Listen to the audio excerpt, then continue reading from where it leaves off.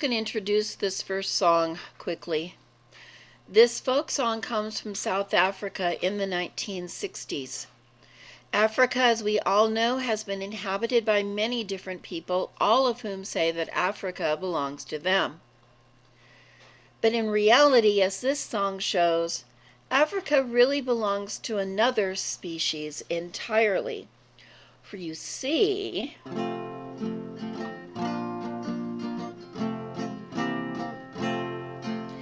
Africa belongs to the lion, and the lioness is queen. For the circle ends where it begins, and the jungle will grow green. Long ago the lion, he wore a crown as golden as the sun, till Adam's son came swaggering with his Bible and his gun.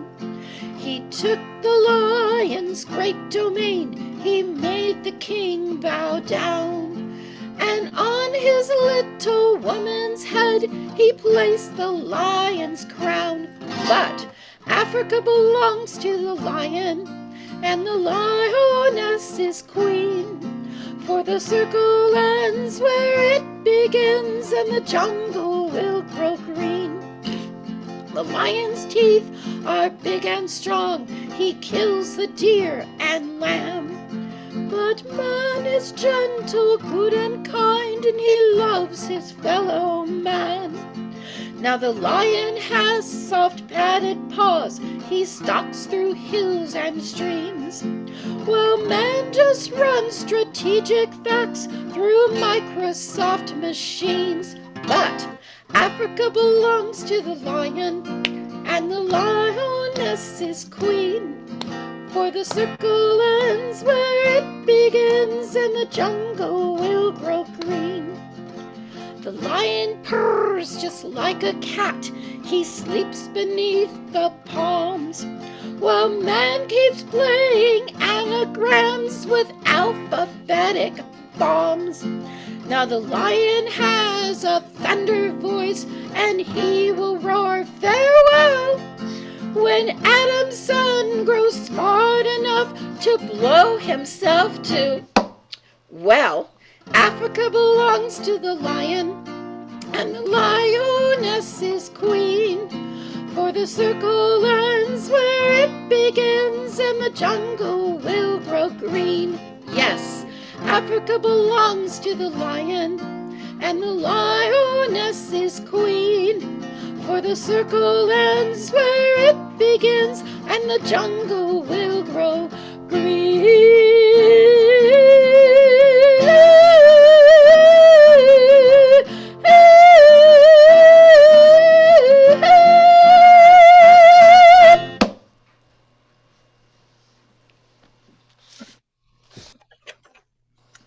Good morning.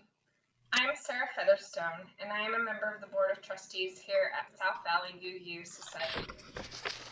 My pronouns are she and her. Come, come, whoever you are. You are welcome here. No matter your age, your size, the color of your eyes, your hair, your skin, you are welcome here. No matter your gender, whom you love, how you speak, or whatever your abilities, you are welcome here. You are welcome here whether you come with laughter in your heart or tears in your eyes. You are welcome here.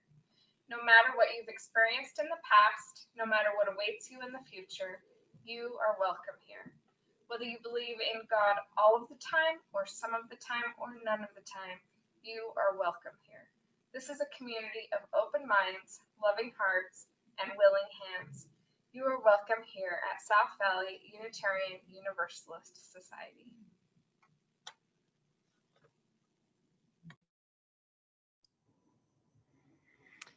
This morning, we celebrate our furry companions, both present and those that have delighted us in the past in our lives but are no longer with us.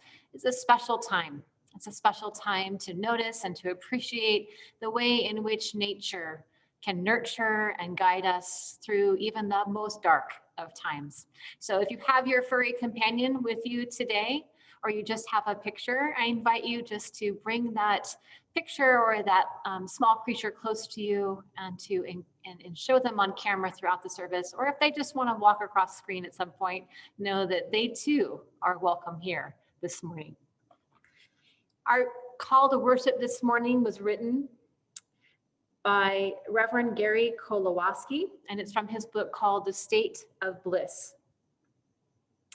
And he writes, "Don't animals teach us about blessing and about joy?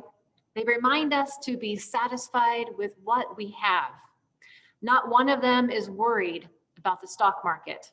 Not one of them wants to run for Congress or govern the animal kingdom. None brags that their religion is better than their neighbors.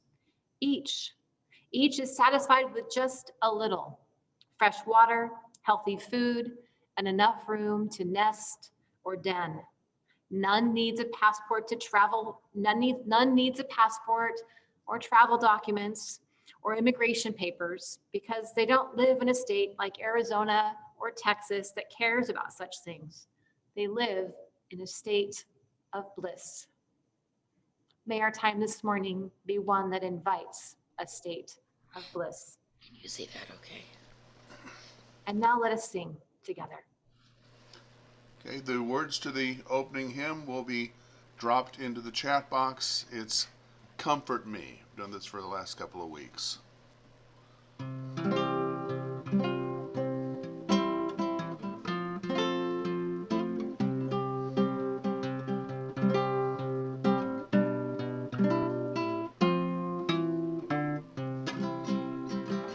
Comfort me, comfort me, comfort me, oh my soul. Comfort me, comfort me, comfort me, oh my soul. Sing with me, sing with me, sing with me, oh my soul. Sing with me, sing with me, sing with me, oh my soul.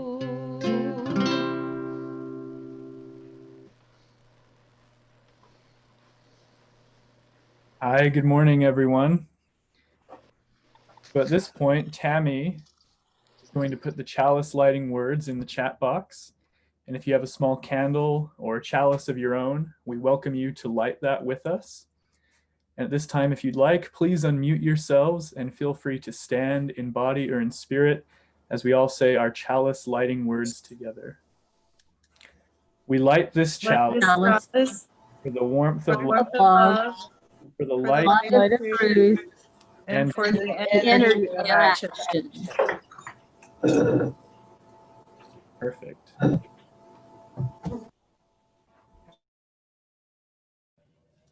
Whoops. There we go.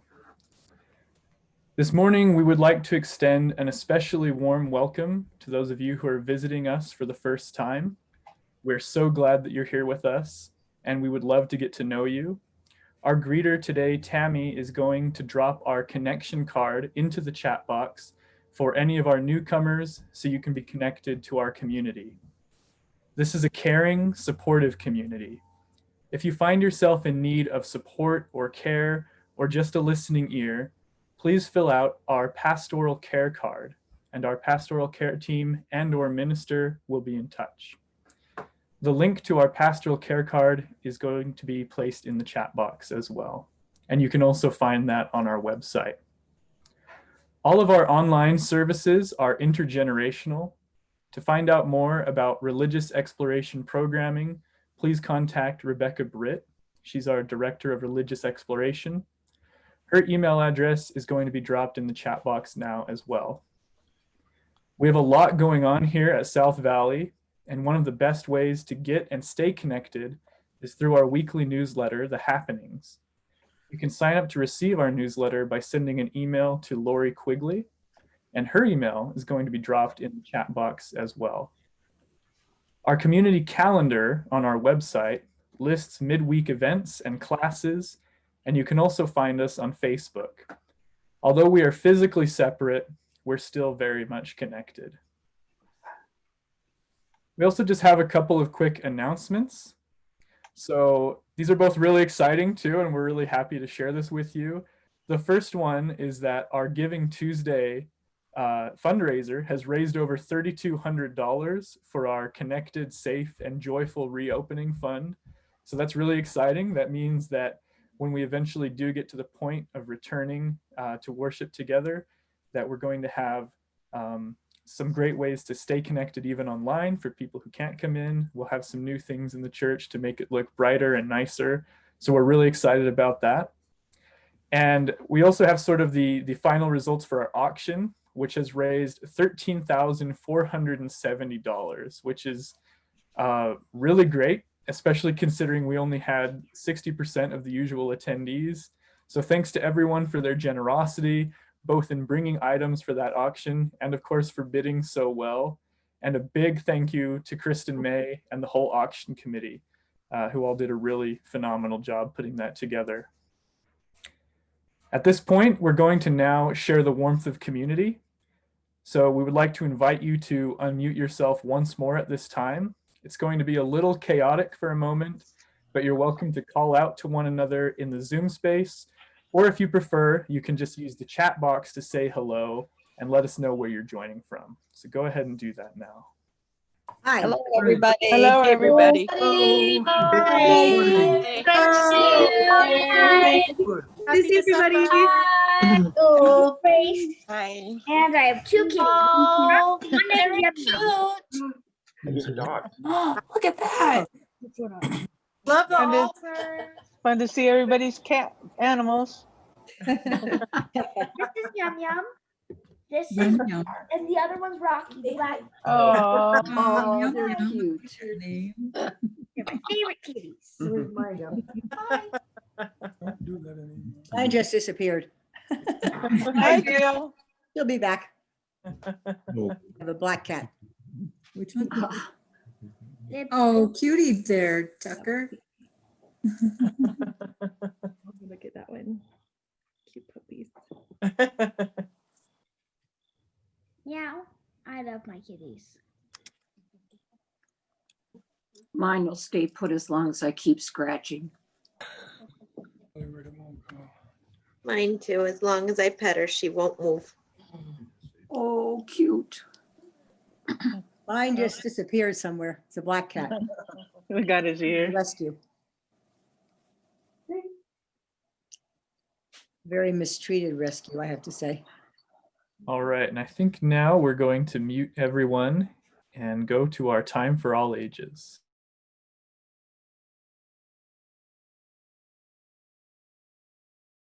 Hi everyone, my name is Rebecca Britt. I'm the Director of Religious Exploration. I'm really excited to share this story with you. Today we're talking about blessing our animals, but you know what? Sometimes animals can bless you right back. So here's a story. This story is called The Bless You Bunnies. It's a tale for all ages. It's by Reverend Laura Kim Joyner, and I decided to add some illustrations to go with it.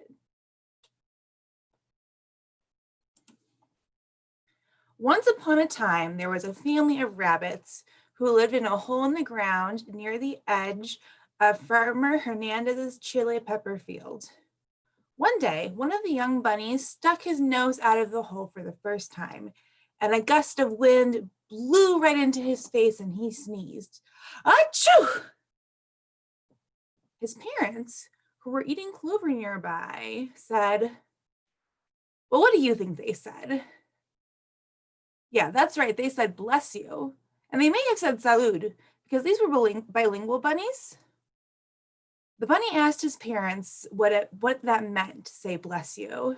And they said, it means we love you and we wish you always to be safe. All the young bunnies liked this so much that whenever someone sneezed or had a bee chase them or got lost and was found, all the bunnies would say bless you. They thought this was a great game to do, and it made them feel loved. One day, Farmer Hernandez was out on his tractor, plowing under his chiles. He got closer and closer, and the young bunnies hunkered down in their hole, but finally the ground shook so much that they jumped out and ran as fast as they could in all different directions, zigging and zagging as bunnies do. One bunny, after stopping, saw that the farmer had a funny look on his face. The kind of look you have when you've been hurt and have been crying. Without thinking, the bunny said, "Bless you." Now, I don't know if that farmer heard the little bunny. I mean, how could he over the loud noise of the tractor engine? But a really good "bless you" can carry an awful long way. Farmer Hernandez got a puzzled look on his face, as if he had heard the bunny and stopped the tractor. He looked around the field and he caught sight of the bunny. He went over to the bunny, who was very still and quiet and was trying not to be seen. Quickly, he threw his hat over the bunny. Then he reached down and scooped up the little bunny in his hat and held her close to his heart. He leaned his face against the soft bunny's fur, and then the farmer began to cry and cry. For the last time he touched another creature was when his wife was alive. Since his wife had died last year, he hadn't spoken to anyone, and no one had came to see him, and no one had held him, and he had held no one until he picked up this bunny. Knowing that where there is one bunny, there are many, the farmer walked all around the field until he had a hat full of baby bunnies and found their old rabbit hole and put the baby bunnies in. He waited there, standing guard over the bunnies until the parents came back. And while he sat next to the bunnies, watching their soft ears flop and their little noses twitch, and hearing their soft whispers of, "Bless you," he began to feel a little less sad and even a little happy. As he saw the parents approaching, Farmer Hernandez got up to leave. He looked down at all the bunnies before he left and he said, "Thank you for blessing my life." As he turned and walked away, the bunny family said to him, "Bless you." And he heard them that day and for all the rest of the days of his life, and he always felt love. You too are like a bless you bunny. You can go around blessing people and animals, each in your own way, such as thanking them, smiling at them, remembering them, and being with them. In this way, your life is a blessing to them, and you help them feel loved, just as you being here today with all of us today is a blessing. Thank you for coming, and bless you always. Thank you.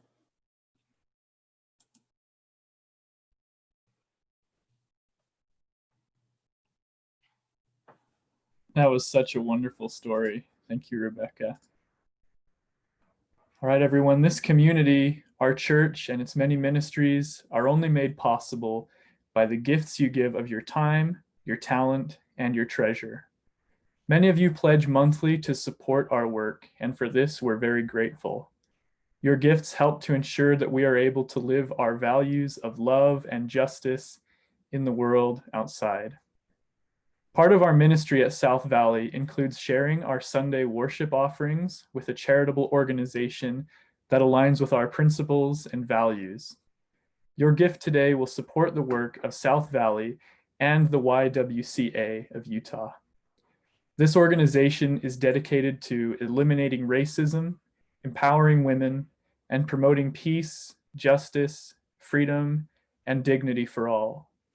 Their comprehensive family violence services offer adults and children safety, support, and meaningful opportunities to build violence-free lives.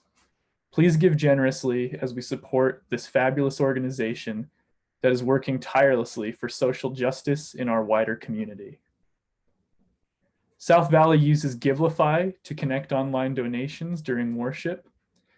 You're invited to use the link that will be placed in the chat box by Tammy, or you can go to your phone and download the app. Thank you all in advance for your generosity and dedication to justice and love. And now Tammy has put our offering words in the chat box, and you're invited to say these words along with me. We are this church. We are its hands, its heart, its voice. Together we share the wealth of this community and sustain it with our gifts. In keeping with our animal theme, the offering piece is the famous poem by Edward Lear, The Owl and the Pussycat.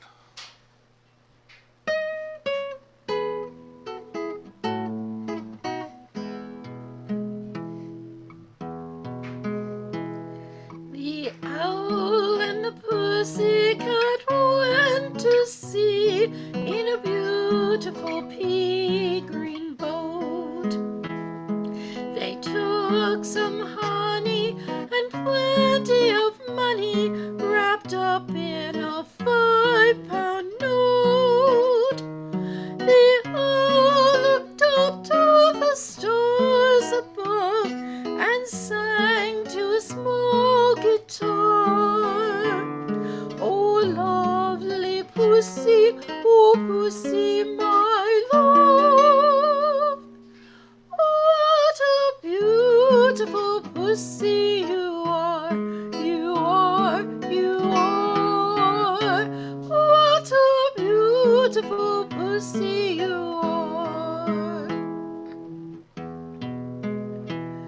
Pussy said to the owl, you elegant fowl, how charmingly sweet you sing. Oh, let us be married, too long have we tarried, but what shall we do for ring? They sailed away for a year and a day to the land where the balm tree grows, and there in a wood a piggy wig stood,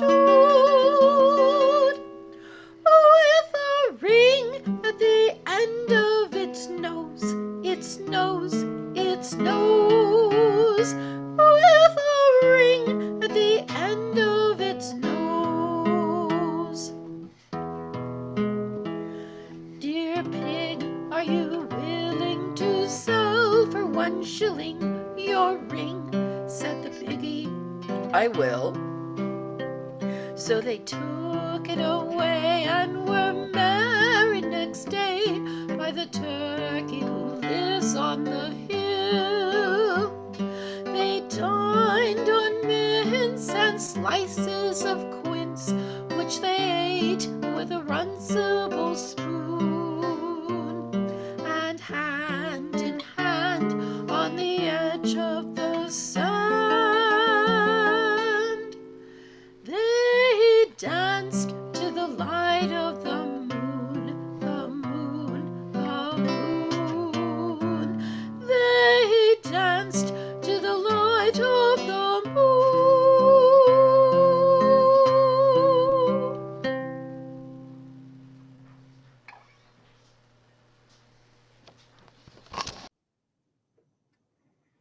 Thank you, Mary and David, for bringing such light joy to our sanctuary and our space this morning. For all that we have received and all we have found the courage to give, may we be truly grateful. May these gifts be a blessing to South Valley and the YWCA of Utah. At this time, I invite you to settle into a deeper, more still space inside your heart and to allow your breathing to be your guide for you.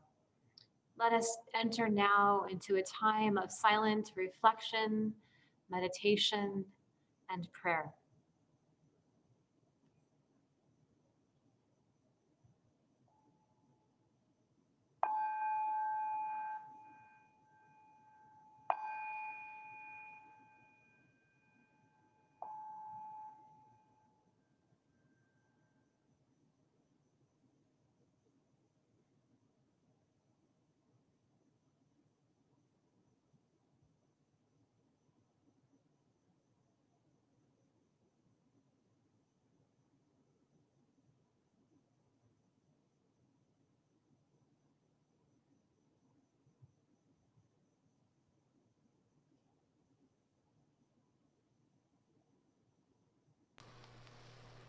think she's going to have music this time.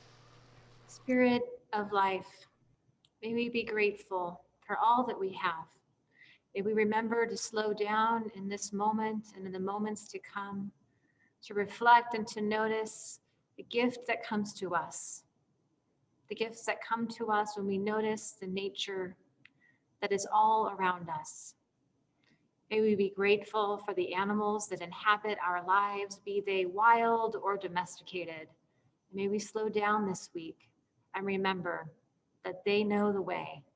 They know the way in ways that we cannot know, and we share this earth with them. May we gather them close to us in our hearts and remember that we too are part of the vast and wild kingdom. I also offer a prayer and a blessing from Joanna Macy, and she writes, and she offers, "We hear you, fellow creatures. We hear you. We know that we are wrecking the world, and we are afraid.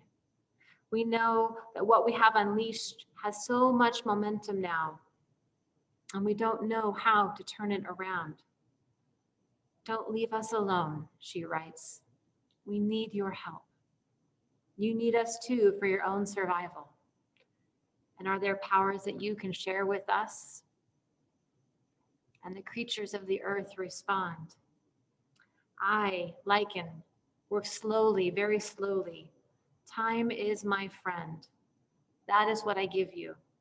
Patience for the long haul and perseverance. It is a dark time. As the deep trout, I offer you my fearlessness. In the dark," goes the second. And the third, lion, I, lion, give you my roar, the voice to speak and be heard. And coming in is the last, the caterpillar. I am caterpillar. The leaves I eat taste bitter now, but dimly I sense a great change coming. What I offer you, humans, is my willingness to dissolve and transform. I do that without knowing what the end result will be. So I share with you also my courage. May these invitations rest gently in your heart. May it be so, and amen.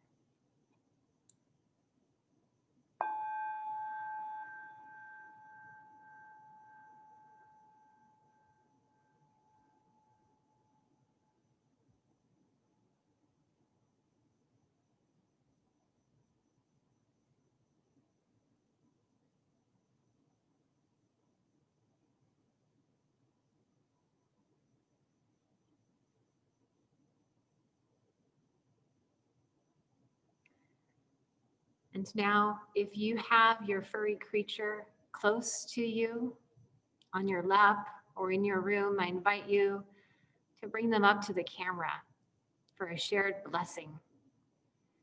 And if your animal's not complying, just hold them in your heart and send that blessing out as I read our words of blessing for all the animals and the creatures that we co-inhabit this earth with. From our hearts and minds into our hands, may blessings flow. Around and around this circle of friends, may blessings flow. Around and around our beloved earth, may blessings flow. For all beings, may blessings flow. Bless you, as the bunny said, and may that blessing abide within, among, and beyond us all. Thank you for sharing your beautiful creatures with us this morning.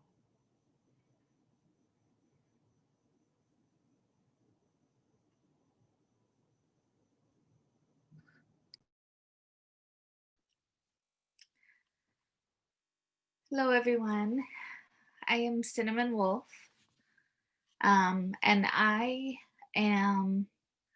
have so much enjoyed this service and feel very blessed and nurtured by it, because this is a bittersweet service for me. I lost my cat a few weeks ago, and as many of you know, he was very, very dear to me. And I was hoping to write a poem about him to share, as I know many of us still carry in our hearts the animals that we have loved in the past. But I didn't get very far. So I am going to turn, like I often do, to Mary Oliver, and then I'm going to share the little bit that I did have. So this is In Blackwater Woods by Mary Oliver. Look, the trees are turning their own bodies into pillars of light, are giving off the rich fragrance of cinnamon and fulfillment.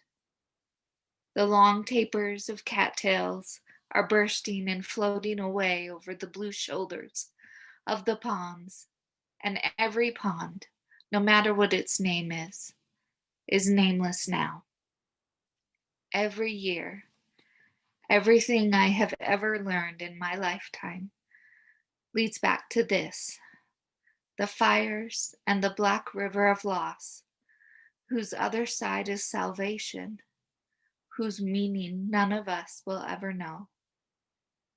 To live in this world, you must be able to do three things: to love what is mortal, to hold it against your bones, and to hold it against your bones knowing your own life depends on it. And when the time comes to let it go, to let it go. So that's what I needed to do the last few weeks with my cat. I held him close, and I knew how much I needed him and how much I needed to let him go. Since letting him go, I do have a few reflections and words of advice. Take as many pictures as you can. Fill up your phone and your cameras with all those beautiful pictures and put them on Facebook or Twitter or wherever, Instagram, and tell those stories. I had shared many stories as an unashamed, cat or animal lady. And as I shared on Facebook about losing my Ewan, so many people reached out to me and said that they loved those stories too, and that they loved hearing about him. So share those stories and enjoy every single moment that you have with your beautiful companions. So this was what I had written. I had to say goodbye to you today. I was not ready. I don't think I'll ever be ready. Helpless, I cried and cried and cried. And through the tears, all I could do was whisper, I love you. I love you. I love you. I love you. And thank you. That is my other thing I would like to share with you. That if you are experiencing loss or sadness, remember all of the moments that you are grateful for. I have many, too many to share. I will miss his paws on my face and the little ways that he made me smile and giggle every day. So I invite you to remember, if you are grieving or missing those furry companions or non-furry, We've got, birds or reptiles or all of our little friends. Remember all of the things that you are grateful for, and may that be a blessing and a comfort to you. Thank you. And thank you for your patience with my tears.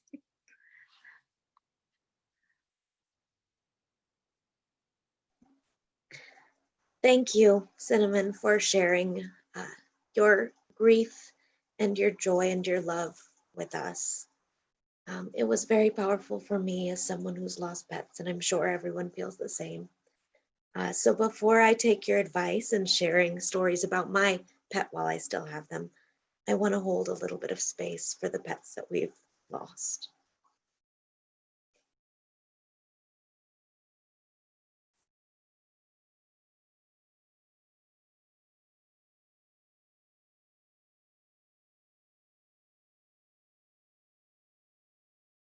Thank you again for your courage to share at such a vulnerable time. Now, good morning. I am Elena Hendricks, and I want to share a story about my pet. I am Elena, and this is Zaza. Zaza is a Yorkshire Terrier, probably, and she is 10 years old as of last month. She has given us unconditional love, years of laughter, someone to care for, and taught us how to find the bright side in dark times. Her love language is physical touch, and her favorite time of day is 5 p.m. And she loves her moms, her grandma, and nobody else, especially not other dogs. She sleeps all day. She doesn't like dog toys, and she loves to play in the snow. But it can't be too deep or she can't walk in it. What she likes to do in the snow is get a running start and then do a barrel roll in midair, so she lands on her back and wiggles, kind of like an extremely aggressive snow angel. She'll wiggle around, get back up, make a sharp turn, and another dive straight for the snow. Zaza is also a rescue dog. We are her third and her final family. When we adopted her, she had some serious chronic ear infections. One of them even led to a hematoma a few years ago. A hematoma in a doggy's ear has to be surgically removed, and they have to get stitches. The surgery happened in winter, which meant not only was she uncomfortable, but she had to wear the cone of shame in the snow. She already hated the cone of shame, who doesn't? But you can't do a barrel roll in a cone. However, remember how I said Zaza teaches us how to find the bright side in dark times? Well, it took her all of 40 seconds from leaving the vet's office and walking in the snow to figure out her new strategy for playtime. The cone, you see, was not just an enemy, it was an opportunity. She dipped her head down and ran. The cone would shovel the snow until it filled up and she could throw her head back and make the snow fall all over herself and her body. And she would do this over and over and over again until her mean old mommy would make her stop so she didn't get her very expensive stitches wet. Along with this ear infection, Zaza also came to us with some severe separation anxiety. This was most likely the reason she was surrendered twice. After trying many methods to help her, we landed on much needed anxiety medication. But to be honest, the biggest help for her anxiety and mental health has been this pandemic. Oh, Zaza has loved 2020. And her MoMA still works from home, so she is one happy pup. Yet another example of Zaza finding the bright side in a dark time. She has helped us find joy, love, and laughter every day we are at home. Even long after the end of this pandemic, we will love our life with our silly old lady dog. Thank you.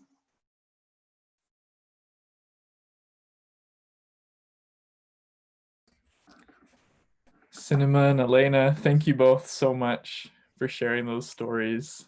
That honestly has made my day, and I think many others as well. At this point, I'd like to share a quick video presentation of the photos and videos you've all shared. Just give me one moment while I get that up.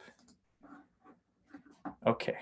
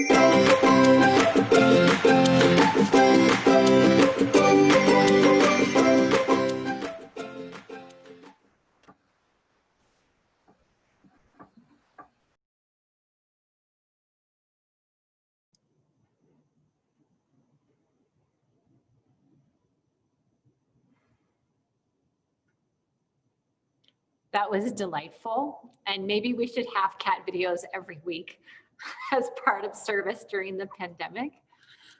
Oh, you are convincing me that animal blessings are such a rich and vital part of our tradition. And this was my first opportunity to do a blessing of the animals. And I am hooked forevermore on this as a process. Thank you, Zach, for putting together such a wonderful video.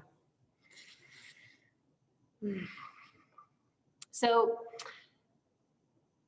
as part of getting into the animal blessing, one of the things that I reflected on is that things don't always have to be as they are. That sometimes things are not all that they seem. And that one of the places we can look to where things might be more flexible is the ways in which history has shaped our traditions. Within the Christian tradition, there's a primary assumption that the doctrine that flows out of the Nicene Creed, that statement of faith which focuses on redemption through confession and acceptance of Jesus as the Christ and the Savior of the world, is the only right or correct way to be a follower of Jesus. This orthodoxy or right thinking has often crowded out alternative teachings and ways of embodying the life of Jesus as a model for how to be in solidarity with the suffering, the dispossessed, the marginalized, and the oppressed. In Orthodox Christianity, the teachings focus have been on the inherent sinfulness of man and his ultimate redemption through grace, to the exclusion often of those victimized by the sinner in the first place. And I used that gendered language on purpose. And while this emphasis may not always be wholly intentional, it is observable that the impact on vulnerable communities has been vast and deep. A major contributor to this line of thinking was Church Father Augustine, who, with the best of intentions, I am sure, gave us the doctrine of original sin. The funny thing about the original sin doctrine, which is not funny at all, is that biblical scholars have posited that Augustine perhaps mistranslated a core piece of Paul's letter to the Romans, upon which he based this very doctrine. And so his doctrine is not necessarily technically correct. The phrasing invoked by Paul in his letter to the Romans in Romans chapter 5, verse 12, was interpreted by Augustine as proof that sinfulness entered the world with Adam and is passed down from generation to generation. An alternate translation is that Paul was arguing that each of us is responsible for our own mistakes, the times when we invariably miss the mark and find ourselves needing to make amends.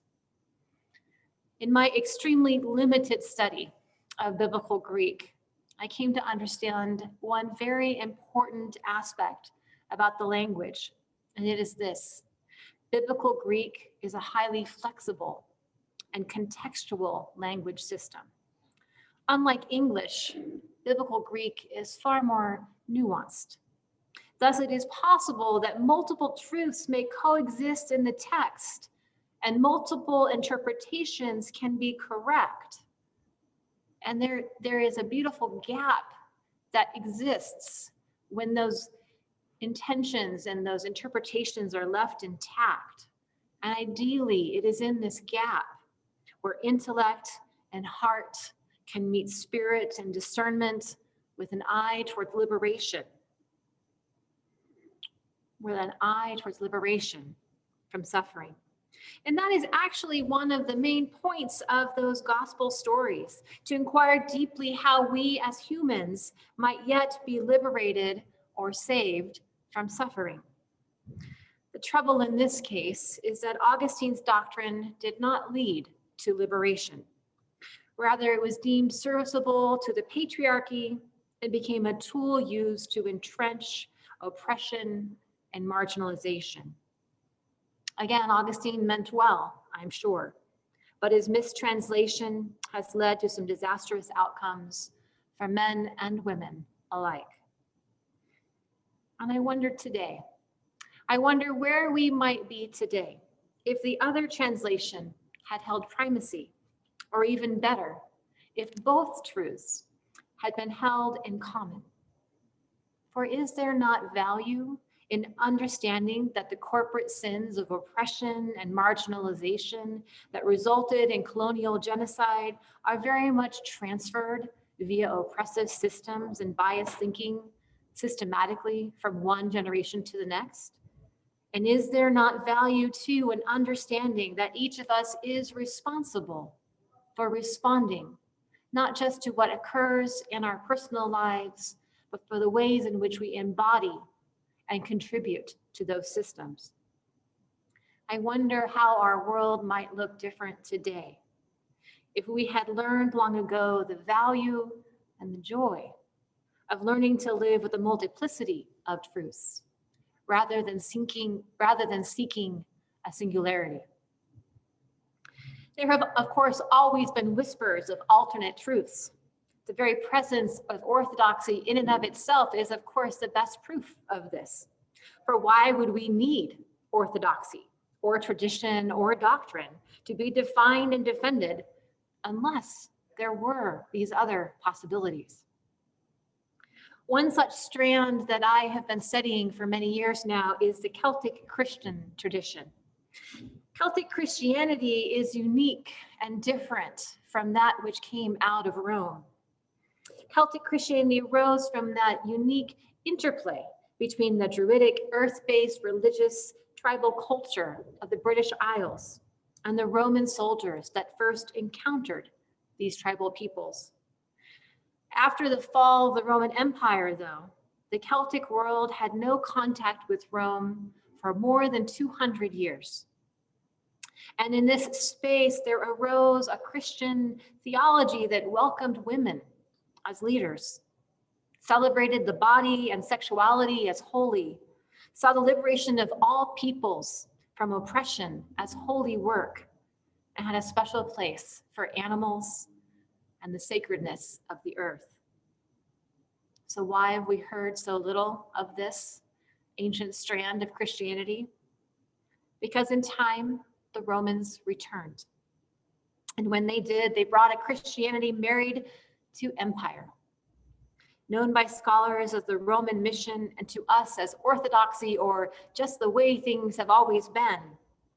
The tradition that arrived back to the British Isles obliterated the Celtic world with the tools of colonization, religious repression, displacement, genocide, and cultural appropriation. And thus that radical faith of Jesus of Nazareth, a rabbi who stood in solidarity with the marginalized even unto his death by the hands of the Roman state. That radical faith, which had melded with the Celtic spirituality of sacredness of the whole, was mostly lost. What we do know is that this ancient variation of Christianity took as its primary theological source the creation stories from Genesis in the Hebrew text. As such, the Celts understood that the human being was part of the creation. And since God blessed the creation as good, then human beings were and are essentially good. In this way, the Celtic tradition has a very different set of orthodoxies upon which it rests, even as it pulls from the same foundational stories of a once perfect couple in a beautiful garden. In that story of Adam and Eve, the Celts understood not a doctrine of sinfulness, but rather a path of spiritual development. A path of spiritual development that understood that humans are good, and that even when we make mistakes and do deep harm to one another, there is nothing we can do that could separate us from the love of the Creator. The gentleness of love, even when it hems us from our excesses in surprising ways, is at the heart of this once vibrant but now lost tradition. It is a radical claim to love beyond belief that should sound familiar to us as Unitarian Universalists, for its theology has many parallels in our Universalist heritage. And our current Unitarian Universalist principles reflect many of those values and their insistence on love and justice, on the inherent worth and dignity of all beings, the importance of searching and finding truth over a lifetime, and of course, the deep reverence for the interdependent web of life. We could use a bit more love in the world just now. Always the world needs more love, but especially now, as we move forward into the next 6 months, with the coronavirus stressing our hospitals and our family systems alike. The question is, what and how do we want that love to show up? This is where I think the Celtic people got it especially right. For in their explication of the human condition, they understood that we very much need grace. We very much need options to return to our goodness when we have gone astray. And that in fact, this process of return is how we learn to be fully human again and again and again. And while the teachings of the Celts are mostly lost to us, we do retain in our own tradition those guides within our principles that can help us and call us similarly to love, to justice, and yes, even to grace in the midst. There seems no better time than now, in the midst of a global pandemic and political unrest, to remember, to honor, and yes, even to celebrate our connections to one another and the many, many diverse forms of life we cohabitate in the world with. There is little space for fun these days, and frankly, I think we all could use a bit of a break and an open and free path of return. So let us in this moment affirm here and now that we are indeed stronger together than we are apart, and that no matter what, love always wins. I suspect that the animals know this already, and that perhaps we would do well in this season of blessing to allow them to show us the way, to allow them to show us the way forward, rather than the other way around. In the book of Job, Job asked and was answered as follows. Job chapter 12, verses 7 through 9, a blessing from the animals. But ask the animals and they will teach you, the text writes. The birds of the air and they will tell you. Ask the plants of the earth and they will teach you. And the fish of the sea will declare to you. Who among these does not know that the hand of love has done this? May it be so. Blessed be, and amen.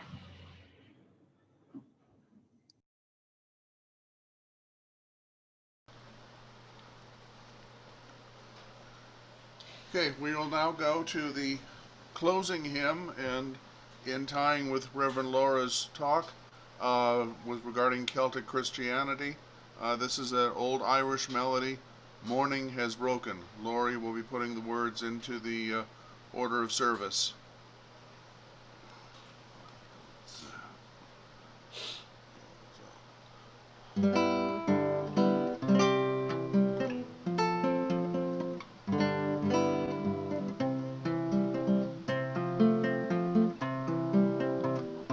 Morning has broken like the first morning.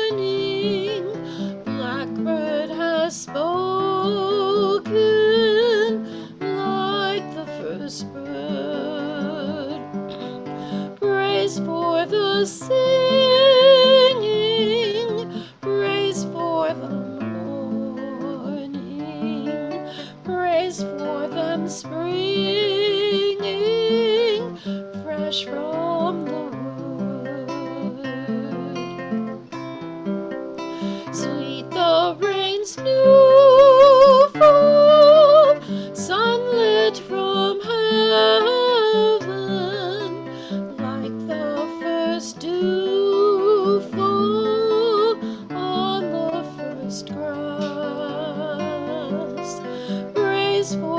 the sweetness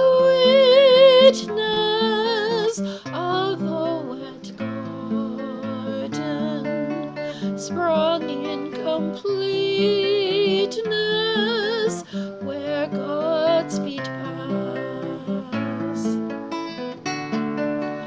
Mine is the sunlight,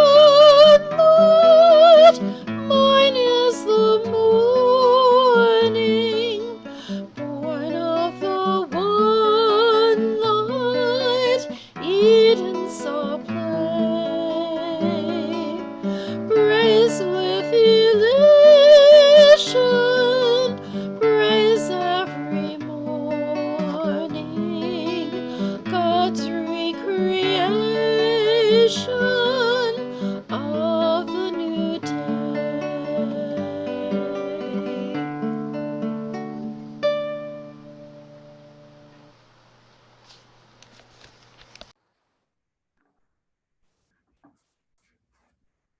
All right, everyone, at this point, Tammy is going to put our chalice extinguishing words into the chat box.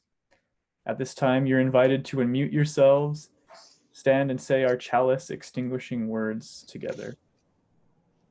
We extinguish this chalice, but not the warmth For the light being like that. the light Light of truth, or the the energy of Warmth and the energy of action. until we meet. meet again.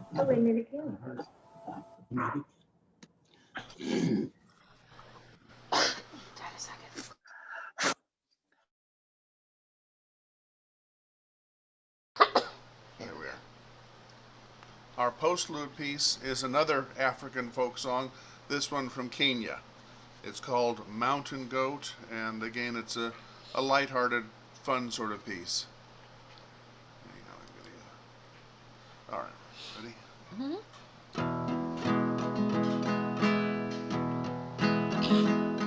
I live the life of a mountain goat.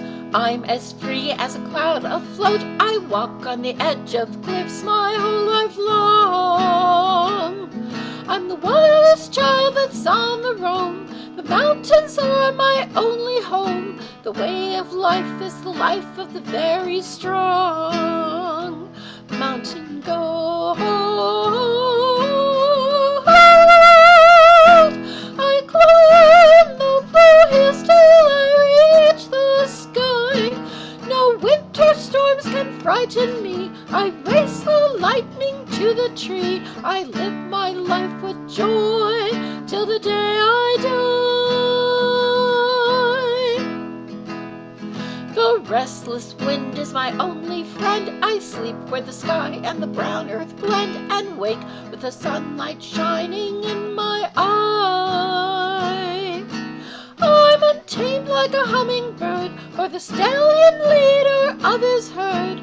My religion is my freedom cry.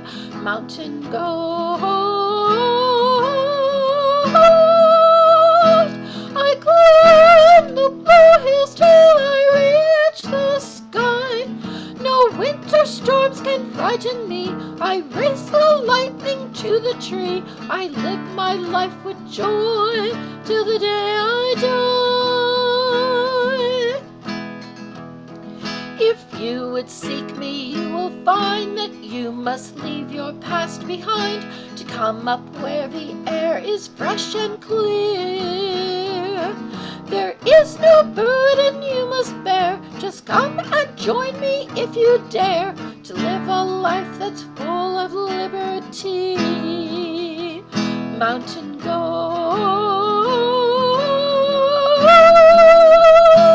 I climb the blue hills till I reach the sky. No winter storms can frighten me. I race the lightning to the tree. I live my life with joy till the day I die. Mountain goat.